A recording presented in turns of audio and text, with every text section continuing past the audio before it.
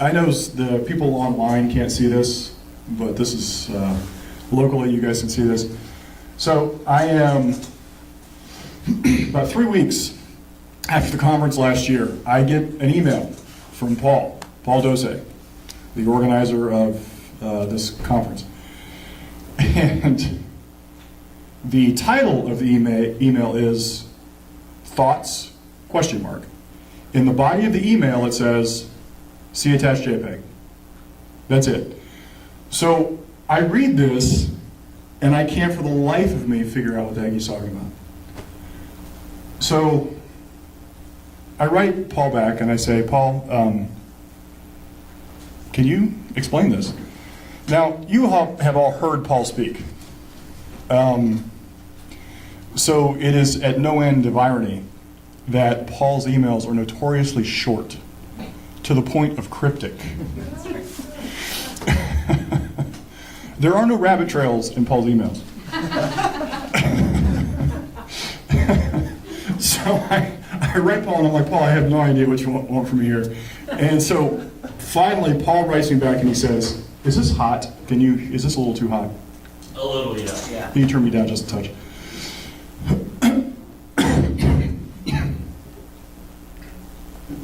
Check. Does that work? That's much better. That's a little better? Okay, good. All right, so he writes me back and he says, the idea, now mind you, with this in mind, this is Paul's response, the idea that freedom of man is a pipe dream because he is enslaved to his own desires spiritually. Hence, at the very least, indifference to political freedom on a social level. So, and here's this question, so will the new Calvinist movement cause political indifference in American society among Christians?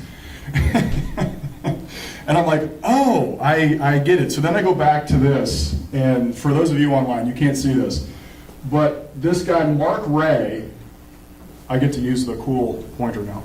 Mark Ray, here, I don't know who he is, don't care, doesn't matter. He says right here, it is ordained in the internal construction of things that men of intemperate minds cannot be free. Their passions forge their fetters.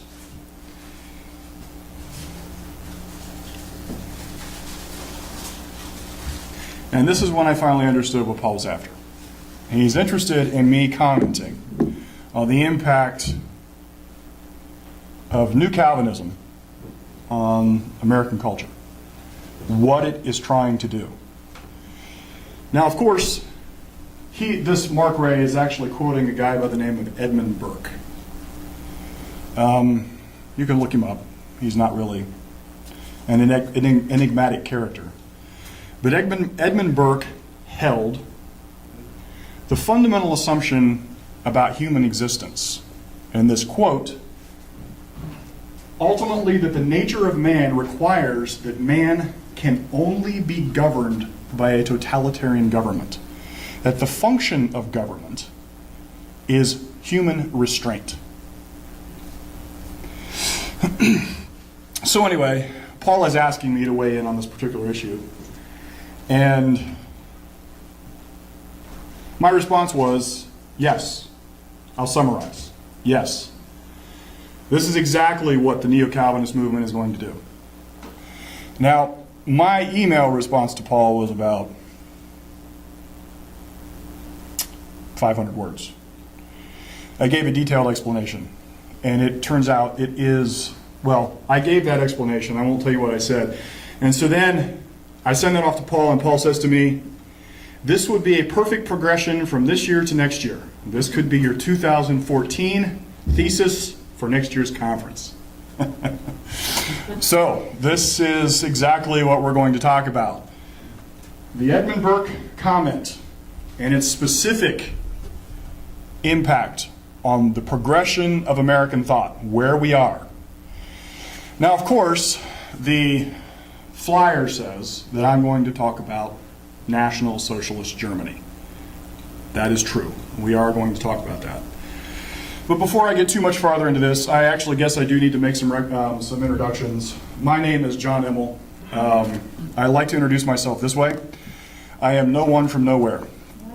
And the important thing about this is that there is a general trend and a general move within Christianity. The assumption being that if you're standing behind a pulpit, that you bear some form of authority, and that the expectation is that whatever I say, you have some obligation to accept. I reject that as a fundamental premise. I'm not here as a representative of authority. I am here to present to you ideas and the most powerful argument that I can bring to you. And your part of this conversation, and it is a conversation, is for you to bring your highest and best rational self to this engagement. I'm going to make the most powerful argument I can.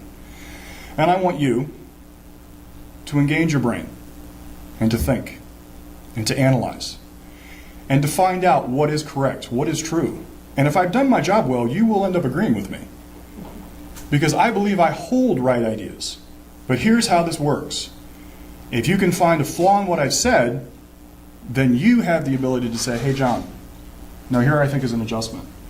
And if you make a powerful argument, if you make a good argument, and I apply my rational individuality to that, I go, you know what? That's true. Now, having said that, I did write a book. I wrote this book called Blight in the Vineyard, Exposing the Roots, Myths, and Emotional Torment of Spiritual Tyranny. You can buy this online, Amazon.com. It's $23.99 online. If you like what I say in the conference, those of you who are watching me online, if you like what I say, you're going to find more of the same in here. Now, I will say this. I wrote this, and I'll get into this just a little bit more here in a moment. I wrote this using a modern denomination called Sovereign Grace Ministries as my anecdote. But the book is not about Sovereign Grace Ministries specifically. The book is about how the ideas embedded in what we're going to talk about shaped this specific ministry. So I talk about a who, so we can talk about a what. And the what are the ideas that are behind it. And in particular, the neo-Calvinists, the new resurgent movement of Calvinism in the United States. Now, it is a little dated because when I wrote this, most of the major players, and those of you familiar within evangelical Christianity, certainly will have heard names like C.J. Mahaney, Brent Detweiler, Joshua Harris. These are all people at the top of the uber super apostles, whatever they want to call themselves now. There's been a split within that denomination, and so that current history is not reflected in the book, but it actually doesn't matter. Because the book is not about the personalities or the organization of that denomination. The book is about how the ideas were used to create this denomination, Sovereign Grace Ministries, and ultimately how that causes them to act within that denomination. So you'll still get the same things, even though that, like I said, it's historically dated. So, this conference, this specific conference, represents the culmination of about at least 20 years of thinking for me.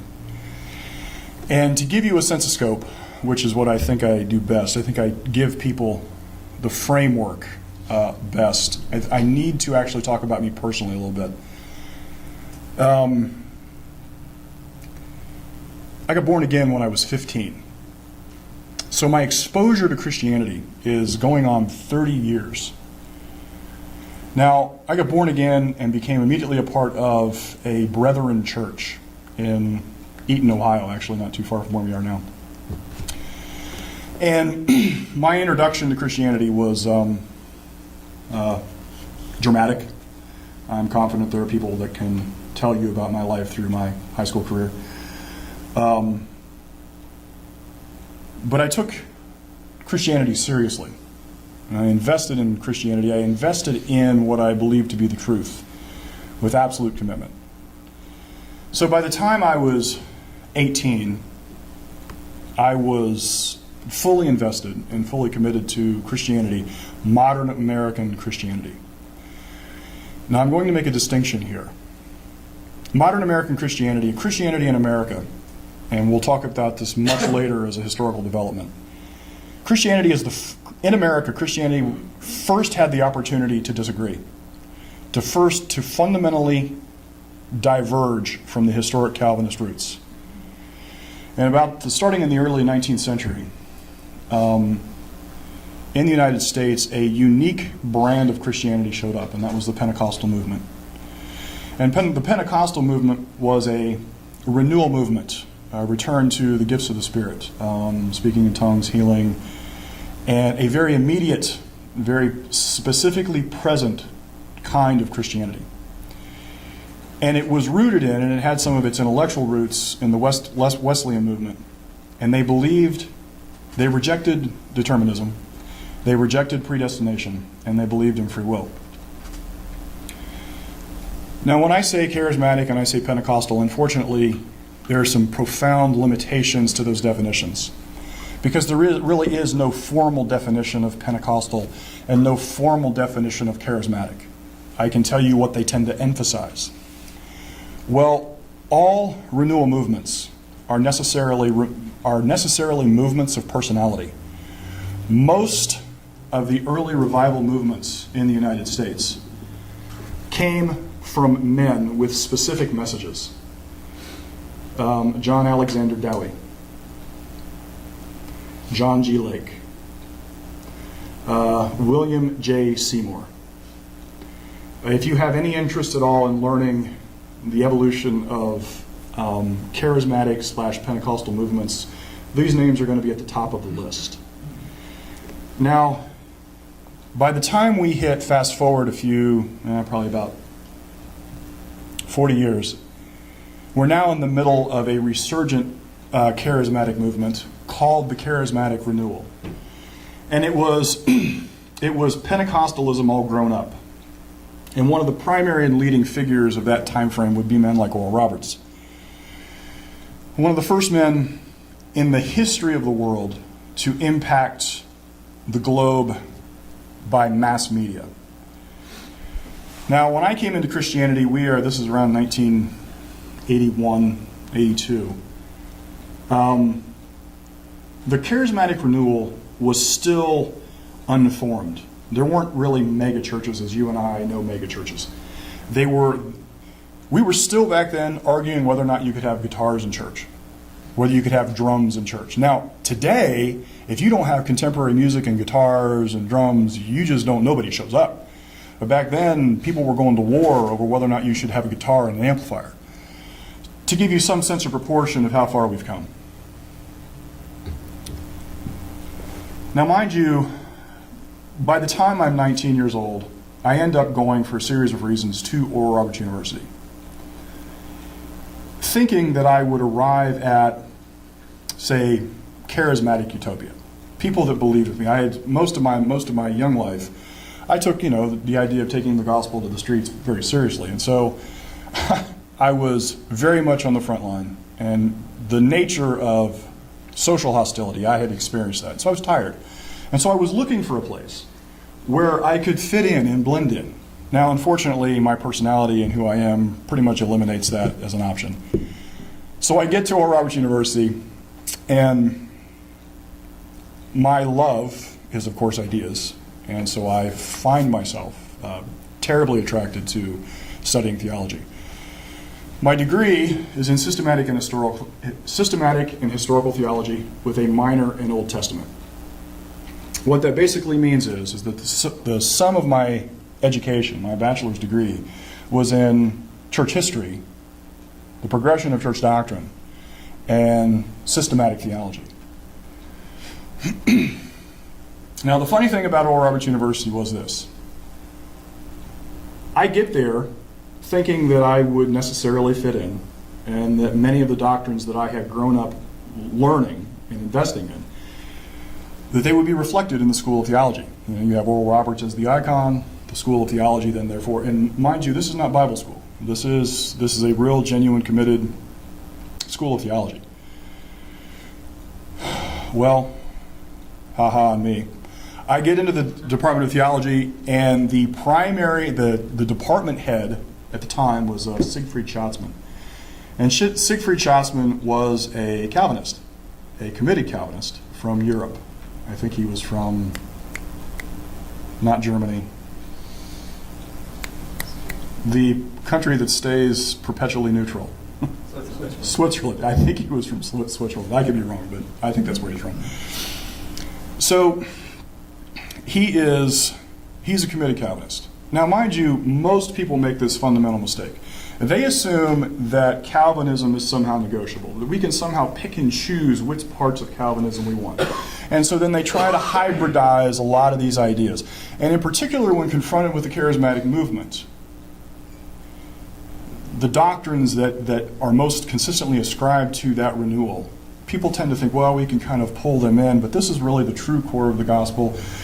And if we can figure out how to somehow successfully integrate it all, then everything will be fine.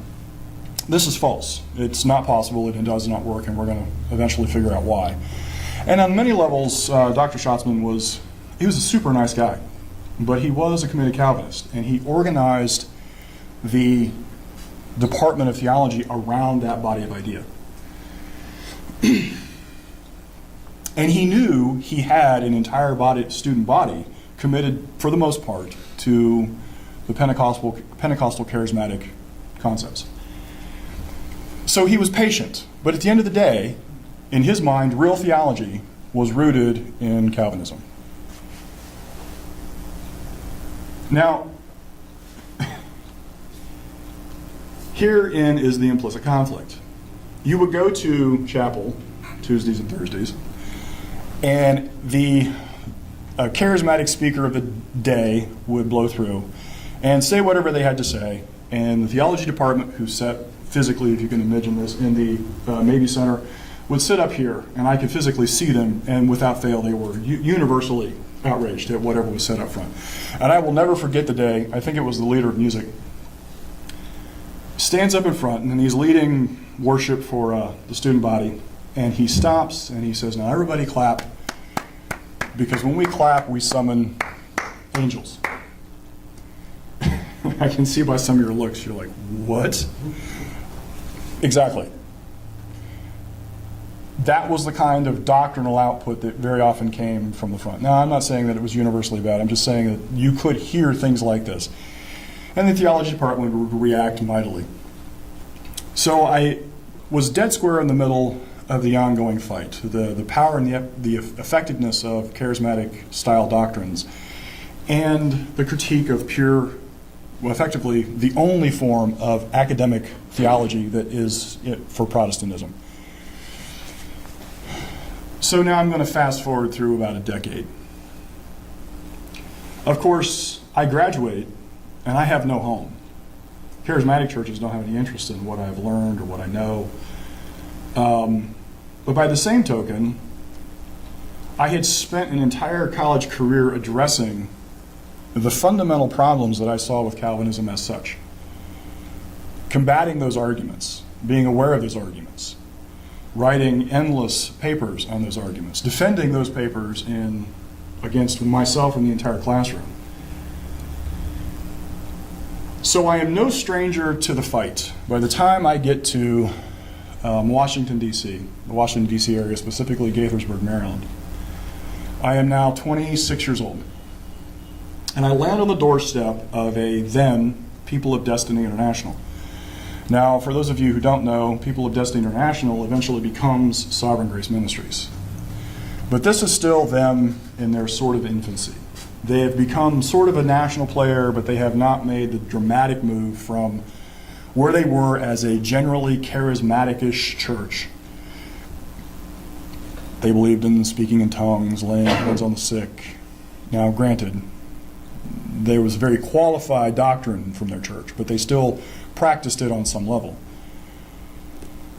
Long about 1991, they started to make a transition into what I knew was Calvinism. And I had fundamental objections to Calvinism from that point. Now, of course, they look at me. Well, let me say this first. When I first got there, they presented themselves as these very broad-minded, interested in ideas, thinkers, social commentators. And I thought, frankly, I thought I'd found home. pardon me, I was eventually to learn that was totally false. They had no interest in ideas, and they had no interest in anybody else's input. I made the faulty assumption that I could object, that this was a reasonable action on my part, on anybody's part, if they saw a problem with the doctrine, that they should be able to say, no, that's not true.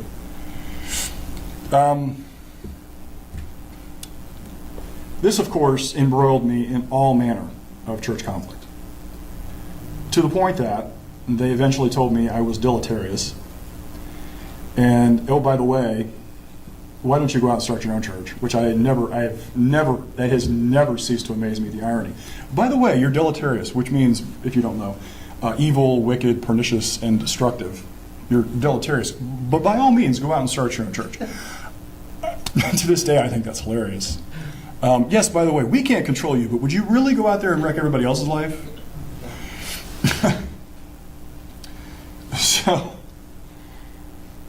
So I am confronted with these ideas. And trust me, I was a half an inch, and I even knowing what I know, I was a half an inch from making the jump. I was a half an inch from making the jump and committing myself to Calvinism as such. Now, that didn't obviously happen. And it took me a long time to unravel the problems. But because of the way I tend to approach the world, I saw commonalities. Now, of course, the original criticism was, well, the reason there's a conflict, John, is because you're here. The conflict is you. Okay. And in as much as you accept some of their assumptions, then that makes abundant sense. But remember, by the time I land on their door, I've got almost a decade of Christian life behind me. I already have an identity that spanned a number of different denominations, a number of different church flavors, plus the intention to create theology as a professional pursuit. So the standard denunciations and the standard objections to me didn't work. I did not quickly embrace the notion that I could be so fundamentally wrong. But this ultimately set me on the path of identifying what is the commonality here. Because here was what I noticed. I had already seen these doctrines in some form and in some fashion, even in the charismatic churches. I get out of Sovereign Grace Ministries and I go participate in other churches, and I still see the same themes, the same ideas. And trust me, I was one of the few people going around when this is back in the 90s, actually objecting to the broader actions of Sovereign Grace Ministries. I was absolutely a lone voice. So any preacher I ever heard that ever said to me, or ever preached from the pulpit, it is my job, your job is to submit to me. It is my job to defend the sheep. If I heard that, I specifically went to them and I asked them to get involved in protecting the sheep in context to the conduct of this ministry. Universally, they said no way. We got a technical glitch here? We good?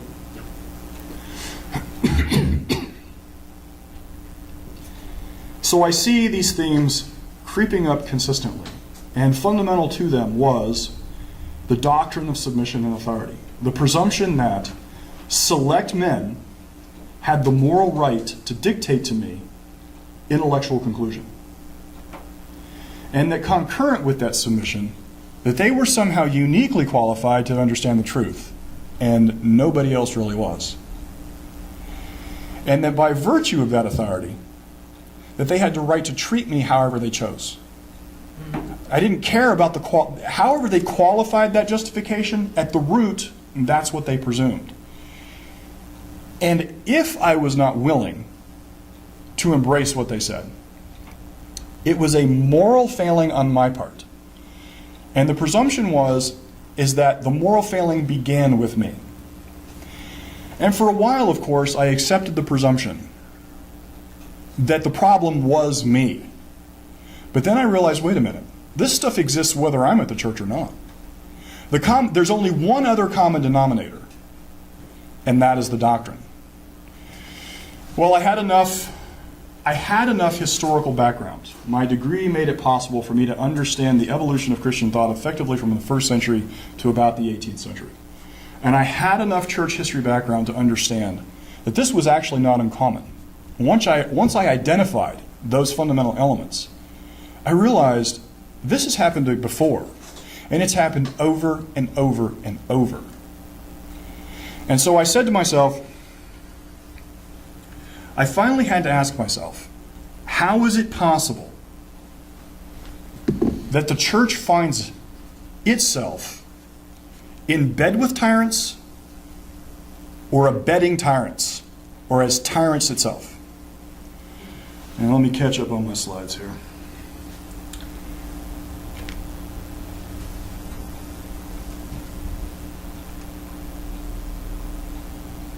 So I decided, and that's when I came up with this. I've shown this in pretty much every conference we've got. This is the Gospel according to John Immel, and I identified this consistency. All people act logically from their assumptions. It does not matter how inconsistent the ideas or insane the rationale, they will act until the logic is fulfilled.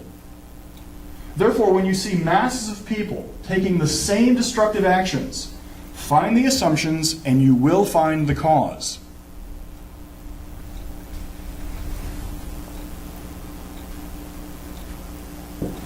Why is the church so consistently found aiding and abetting tyranny? When you see masses of people taking the same destructive actions, find the assumptions and you will find the cause. I wasn't the only person that had ever made this observation. Now, of course, when I formulated this, I hadn't read James Madison's. James Madison actually said this in Memorial and Remonstrance Against Religious Assessments. James Madison, point 7, because experience witnesses that ecclesiastical establishments, instead of maintaining the purity and efficacy of religion, have had a contrary operation. During almost 15 centuries, has the legal establishment of Christianity been on trial? What have been its fruits? More or less in all places. Pride and indolence in the clergy, ignorance and servility in the laity. In both superstition, bigotry, and persecution. Point 8, because what influence, in fact, have ecclesiastical establishments had on civil society? In some instances, they have been seen to erect a spiritual tyranny on the ruins of civil authority. In many instances, they have been seen upholding the thrones of political tyranny. In no instance have they been seen as guardians of the liberties of the people. And James Madison nailed it. The bulk of Christian history is one long, slow-motion train wreck of tyranny. This bothered me viscerally. This is a problem. If we ultimately genuinely believe that God is love, and yet with stunning consistency, the church that he is supposed to call his own ends up at the forefront of tyranny, there is something seriously wrong with this picture.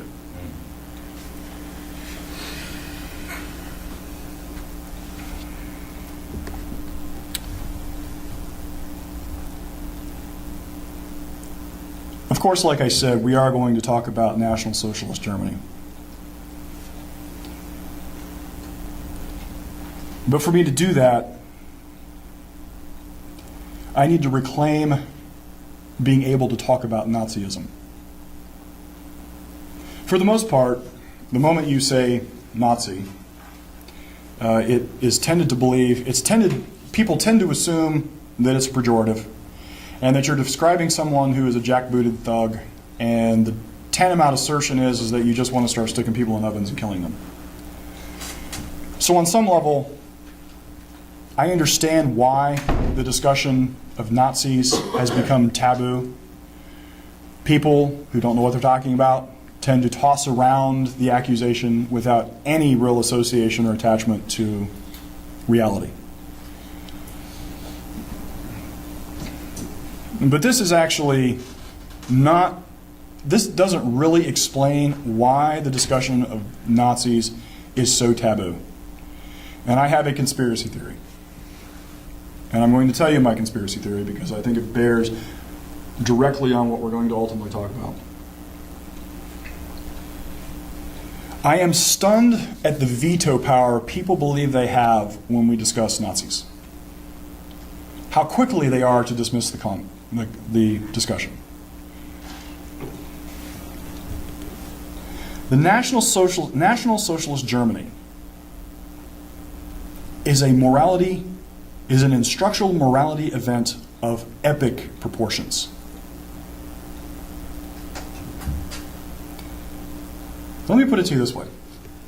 If I say to you, if I start talking to you about Joseph Stalin or Lenin, and I talk to you about the things that they did, the fact that they turned Soviet Russia into a bloodbath, the fact that Joseph Stalin created a government-created famine to wipe out a third of his population.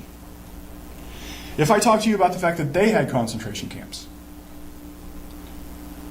and that they did all these evil things, for the most part, people shrug and go, okay, maybe that's true. And at the end of the day, if they actually want to really carry any discussion on it at all, particularly from the Christian perspective, they go, well, of course that's what happened.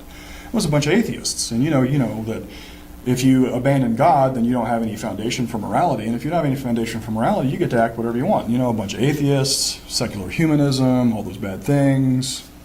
And people go, it's not such a big deal. But the moment I say Nazi, there is a visceral reaction and a visceral rejection of any objective observation of what happened. I find this curious because in each instance, they actually produce the exact same outcomes. The Nazis did exterminate 7 million Jews, but they also exterminated 7 million other people. The body count in Germany was 14 million people, and communists were leading among them. Men who held ideology, not race. And here's why I think this is. And here's why I think being able to reclaim this, resisting the veto, the stigma. Two things. Germany in the 1920s was Christian by any definition. Not only was it Christian, it was Lutheran Christian by any definition. Of the 60 million people that resided in Germany, 40 million identified themselves as evangelicals. For the most part, evangelical Germany is effectively the same as evangelical America. The doctrinal distinctions, the doctrinal deviations are so minor as to be ultimately irrelevant. The other 20 million identified themselves as Catholic or some variation of Protestantism, with only about 1% embodying a genuinely non-Christian mysticism. You understand? And the second thing is that I don't think people want to notice that National Socialism was about socialism. And I think this is actually the biggest problem. Most people tend to believe that socialism is a kinder, gentler version of economic organization. And if they can keep you away from noticing too closely that it was socialism was the underlying goal, the final solution, the destruction of undesirables, that's the leaf on the very end of the social tree. But the underlying premise was always that it is the state's job and the state's responsibility, it was the state's moral obligation to take productive work and redistribute it for the masses. This is a prevailing assumption that we are actually seeing emerging in the United States. And the thing that I think that people want to prevent is people noticing the relationship between socialism and the ultimate action that came next in National Socialist Germany.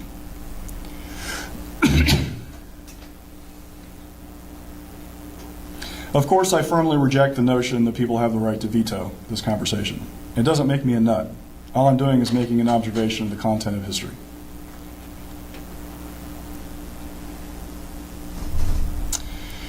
Of course, there is a common objection that the reason the evil in Germany took place is because a select few did bad things. and that good men did nothing. The only thing necessary for evil to triumph is for good men to do nothing.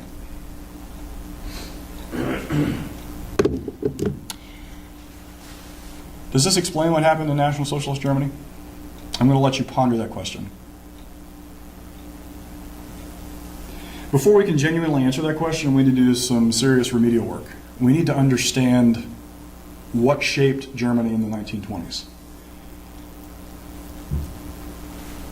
And the reason we need to understand history is because, as Adolf Hitler once said, a man who has no sense of history is a man who has no ears or eyes.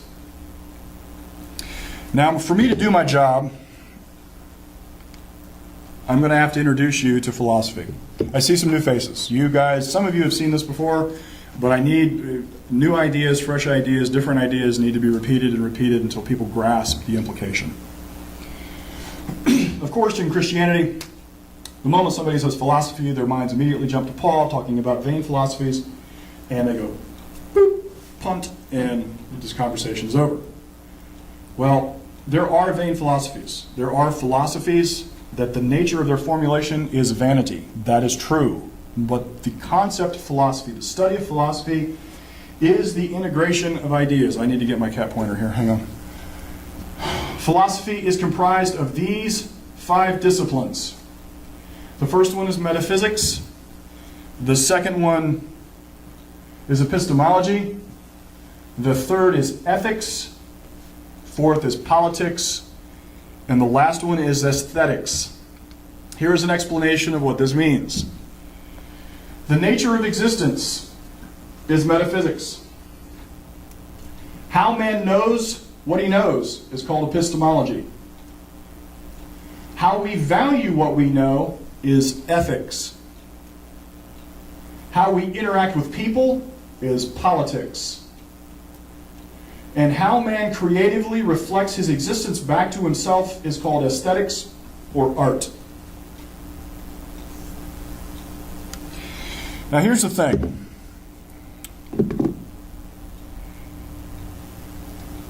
Man cannot help but integrate his ideas. It's the way he's built. From the time you're this big, the first thing you want to understand is how it fits together. He must organize his ideas into a cohesive system, exactly like a fish must breathe in water. For man, his ideas do not hang in a vacuum. His ideas must be attached to something. And he must start from the most rudimentary part of his existence. He must start at the beginning. It is a hard thing to learn to think in essentials, to think in principles, and to think in terms of ideological relationships. It is hard to learn to think philosophically. However, most people are unaware of this big picture. Most people don't think in these terms. But they are constantly treating their ideas as if. Most people take ideas kind of like a smorgasbord. Oh, I like this one, and I like this one. Nah, I don't like that one. And I like this one. And they put it all in the basket, and they nibble on it. Nah, that's pretty good. Nah, that's pretty good. And they treat the ideas very carelessly. And yet, they will often find themselves dead square in the middle of some form of conflict, some form of psychic pain. And because they treat ideas carelessly, they don't recognize that the psychic pain that they hold is directly tied to mutually exclusive ideas, mutually exclusive values that are in conflict. And this is because they have not done a successful job at integrating, eliminating the errors from the most rudimentary level of their ideas to the practical outworking. And the result is uncertainty. Susan made a fantastic point in her presentation, and she was talking about the woman who could not reconcile whether she was going to heaven or not. She is experiencing an enormous amount of psychic pain because in her mind, was she damned or was she elect? She could not reconcile the question because by doctrine she cannot reconcile that question unless she does what? She commits an act of atrocity that she knows in her mind, at least by doctrinal construct, can never be solved, can never be fixed. But notice, she could not handle the intellectual chaos. She could not handle in her own head that she couldn't resolve this fundamental problem. Her metaphysical existence, the very nature of her fundamental existence, she needed that resolved. And that drove her to kill her own baby. This is indicative of the very need that man has to solve this problem in his own mind. It is this kind of power that philosophy really has over the minds of men. It is the nature of who we are. Did I bring that or not? I did not. I have another Gospel according to John Immel quote. Since I'm quoting myself, it seems obvious that it seems ironic that I can't think of the actual reference.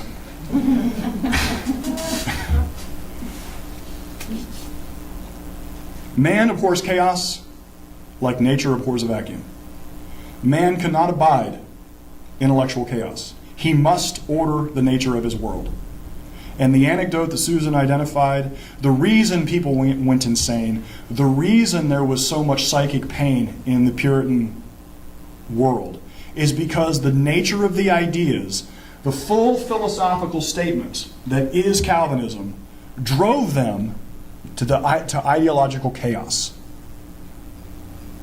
Man cannot tolerate this, hence the quest for an integration of ideas is what has dominated the whole of human history.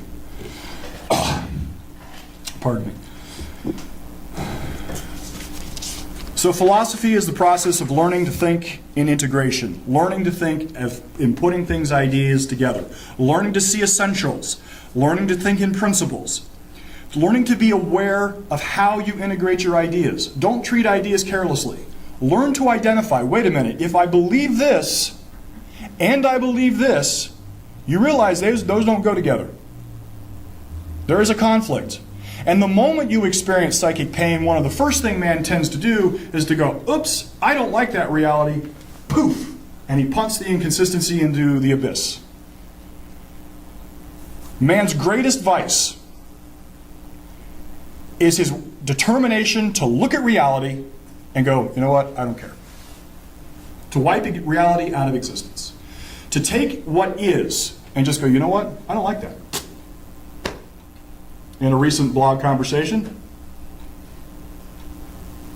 a man advocating the power of the Matthew 18 ethic finds himself in the middle of a fight he doesn't like against someone's argument he cannot handle.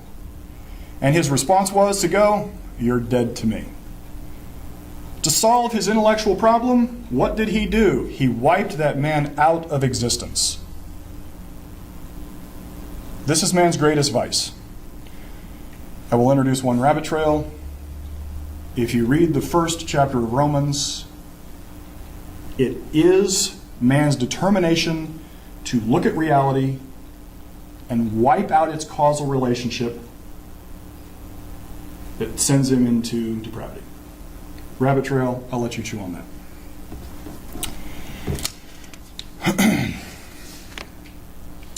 Since it is the subject of this conversation, we are already familiar with how this actually breaks out with Augustine, with Calvinistic thought. Now, you're going to hear this relentlessly. When I say Augustine, I mean Calvin. When I say Calvin, I mean Augustine. They are absolutely connected. And there is no reasonable man with any rational integrity that would like to make a case otherwise. I don't really understand how I can be any more blunt. Doctrinally, there is fundamentally no distinction between Augustinian doctrine, Lutheran doctrine, and Calvinist doctrine.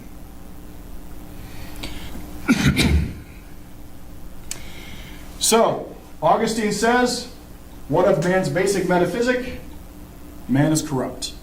Man is metaphysically corrupt. He is corrupt from the nature of his existence. He has no redeeming good quality in his existence. Anytime you think you got something good, you don't. Because man is corrupt, metaphysically corrupt, that means epistemologically, he can't know anything. Because man can't physically know anything, his moral responsibility, his ethical responsibility is his own self-destruction. And because man cannot do good, in other words, he will not follow through on his ethical standard, he necessarily needs a government that will compel him to that action. So if you won't sacrifice you, there will be a government that will sacrifice you. And last, of course, is aesthetics. Aesthetics, we're not going to touch a lot of it, but I am going to make a couple of references. This is how man reflects the world back to himself.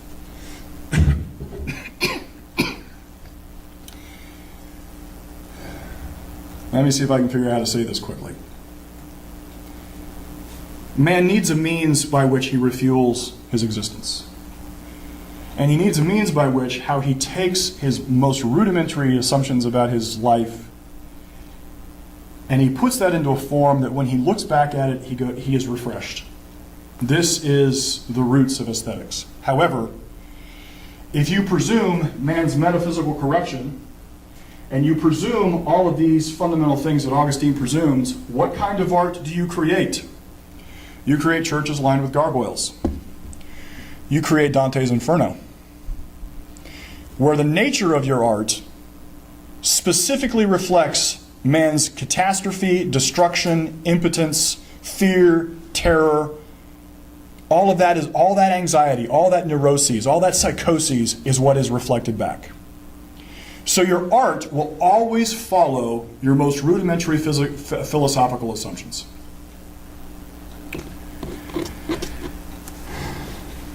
Now, I want to introduce this. You need to understand these elements to understand what I'm going to talk about. The dominant philosophy on the planet is collectivism. It is the presumption that man is first and foremost the property of the state. The property of the state, the property of society, the property of tribe, the property of community, or denomination, or local church, or sect. The almost universal assumption about the nature of man's existence is that man is the property of the state. Now, I know I have statism up there. I'm using this as a generalization. I got to use my QCAP pointer again. We have collectivism is the biggest box. Everything else is a reflection of this. So we have collectivism, statism, which is the political organization of a given geographical political organization, society or the tribe or the community or denomination or sect or local church.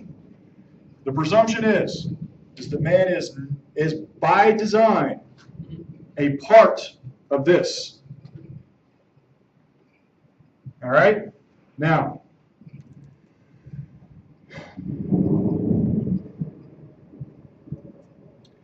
this I introduced last year.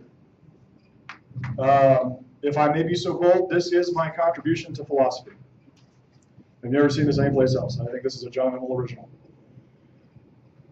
I have identified 5 categories of arguments that you will see in all forms of tyranny. I don't care the ideological pedigree. Ultimately, all arguments, I sound hot to me. Am I screeching? No, you sound good. Okay, good. All arguments, and there's a specific reason that I actually put this in the spider web. I wanted you to see that these are connected. These are not static boxes to put stuff in. You will see these arguments consistently with dynamic tension throughout. And here they are. And they start with, in as much as they start anywhere, with the idea of incompetent masses. Man is fundamentally metaphysically incompetent. And because he is metaphysically incompetent, he is universally guilty.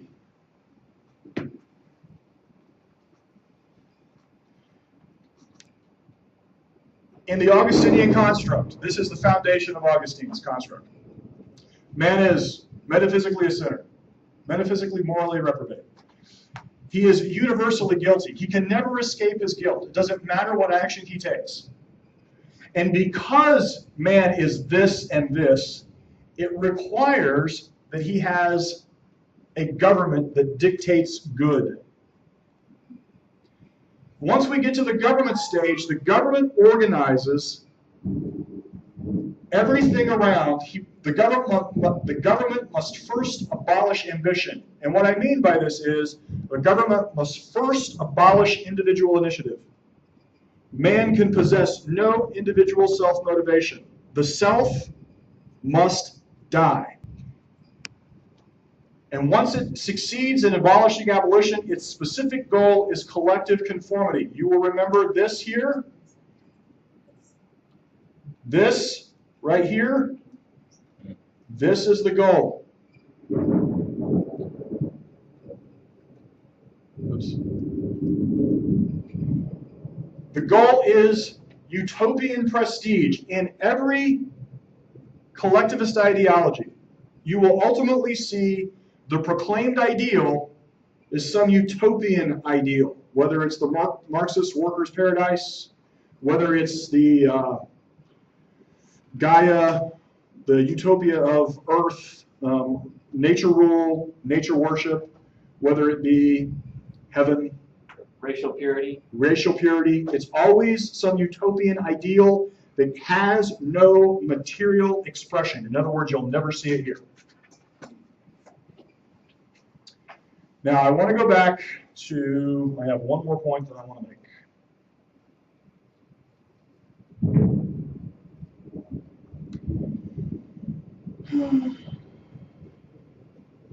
Oops. Now, remember I asked you the question. For evil to triumph,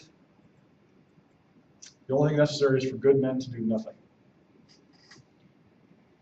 This is where most people encounter a philosophical system, ethics. For those of you watching me online, I'm pointing to ethics. Actually, you can see the chart pretty good. Can you? On the end. Okay, good. Most people have very little exposure to formal metaphysical statements or formal epistemological statements. What they will very consistently do is quote ethical expectations, and they don't realize that they're actually admitting and committing to an ethical formulation that is part of a bigger picture. When have you heard people say something like, he's selfish, he should sacrifice? How many people have heard that? How many people have said that? Those words, the expectation that it was moral, that selfishness was specifically immoral, and that the nature of sacrifice is specifically moral, that is actually reflective of a much bigger philosophical statement that we are going to eventually talk about.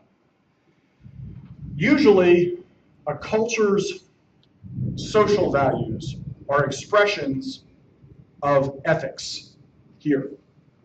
What we find offensive, what we get offended by in public, is specifically a reflection of our ethical values. And those ethical values are ultimately reflected in all of the entire progression here. You understand? People don't know where these ethical formulations come from, which means they don't really think about what they mean.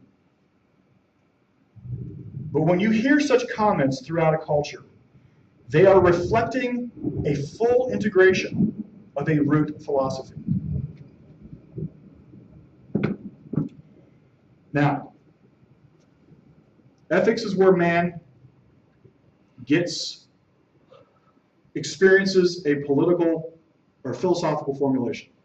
Remember the question I've asked you, because this is going to be the theme we're going to hammer on throughout the entire my 5 however many sessions I've got. I asked you the question.